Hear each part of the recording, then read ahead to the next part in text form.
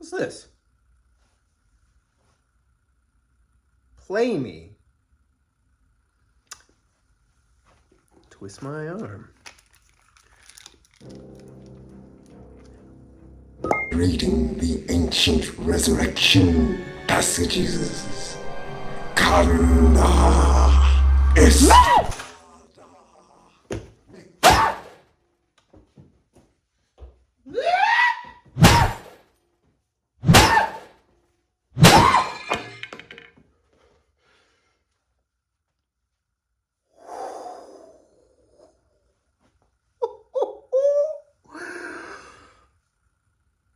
That was a close one. Eesh.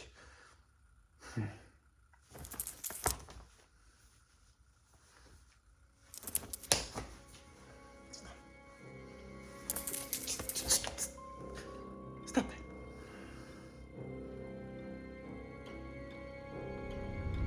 Oh no.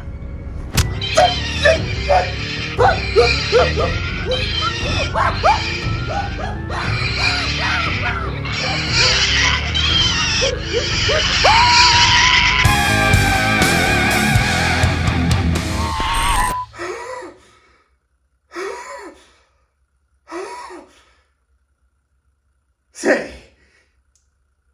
you guys haven't seen a hand running around anywhere, have you?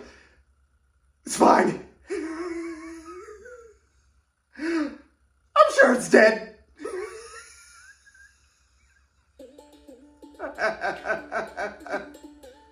Evil Dead Rise.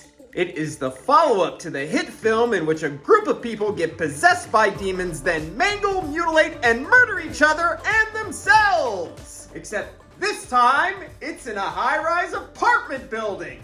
Something very familiar about all this. Oh yeah, it's because you've literally seen it all before. It is the follow-up to the hit film that sees a group of people get possessed by demons and then begin to mangle, mutilate, and murder each other and themselves. Except this time, it's in a high-rise apartment building. And not just the part with me talking. Demons 2 did this exact same plot line. Was that the hand? I swear I heard the hand! Before I start blowing shit up with my boomstick, buyer beware. Some things may be spoiled. Give me the groovy stuff. Right out the gate, these characters are immensely likable and relatable, to a degree that no other character in the franchise, at least when we first meet them, has been up to this point. Particularly in the 2013 remake that is comprised of stereotypes portrayed by soap opera grade actors delivering unbelievably wooden dialogue. The family dynamic established in the first 30 minutes of the movie is so well founded that even though we only see a brief glimpse of this household's interactions with one another, we buy it. Because the writing and acting is so goddamn groovy here, it's impossible to deny. The gore. I mean, it's an Evil Dead film. If there's one thing Evil Dead movies know how to do, it's bring the gore. And while it doesn't live up to the nail-biting, squirm-in-your-seat level that its 2013 predecessor did, it still goes above and beyond what any other studio horror movie would attempt these days. Talk about a bloodbath. That elevator sequence. Woo! Chef's kiss. It's scary, claustrophobic, and I legit found myself concerned about how our heroines were gonna escape. Them ladies should have brought a snorkel. An area where I felt the 2013 film faltered was that in the pages of the Book of the Dead, it suggests that there was some sort of evil creature or behemoth that would come up from the depths of hell. But what we got instead was just a humanoid that was a mirror image of evil Mia. In this film, however, we get a full-blown mutant monster comprised of all the possessed bodies. It is weird, horrific, totally reminded me of the two-faced creature from The Thing, and creeped me the fuck out! You know, a lot of these other YouTube channels, it's infotainment. You're getting an education, right? You're learning something. Well, here on the Jony Horror Show, you ain't learning but two things. Jack and a shit. And Jack left town. The lack of high-rise related obstacles. For a flick that makes such a big goddamn deal about the fact that it takes place in a high-rise apartment building, it's in the fucking title, for Christ's sake. This film does painfully little with its setting. Sticking primarily to one apartment on one level with one group of characters, the movie's badass premise feels largely unexplored. At one point, Beth pokes her head out the window, so we, the audience, are given a visual cue for how high up they are, but that's it. They never try and scale out the window, down the building. They never try and climb down the broken staircase. staircase. Oh yeah, the staircase gets knocked out, so you never get a badass sequence like this.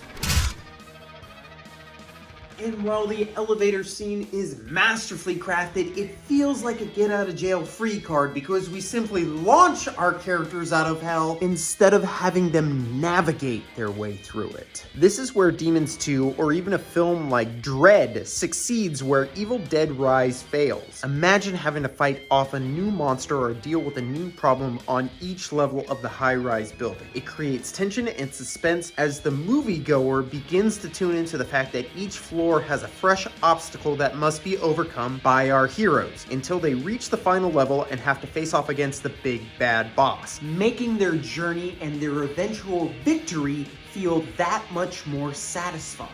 And to piggyback on that, as much as I love how fast this flick moves, it feels like there should have been another 15 to 20 minutes of conflict for Beth to deal with.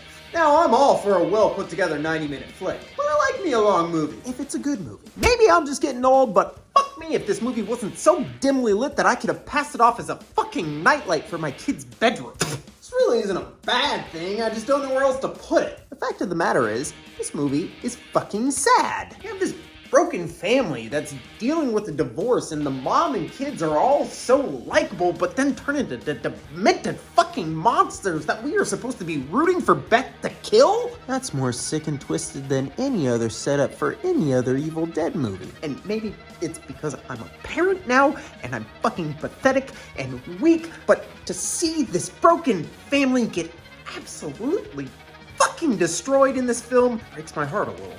Go ahead and give me that rewatch. Great characters, great set pieces, and great action. At a brisk hour and 37 minutes. That's including the credits. Once this flick starts, it does not fucking stop. I'd rank this shit right up there with Army of Darkness as a flick that I can throw on at any time for pure entertainment value.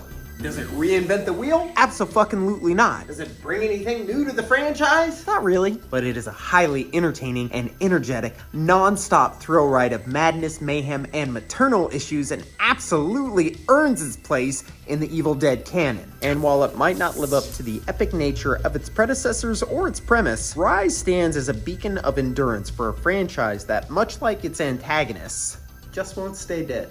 Well, that about wraps up this episode of the Jony Horror Reviews. I'm your host, Jony Horror, here to remind you crazy kids to be good to one another, be half-decent human beings, and for God's sakes, whatever you do, don't, under any circumstances,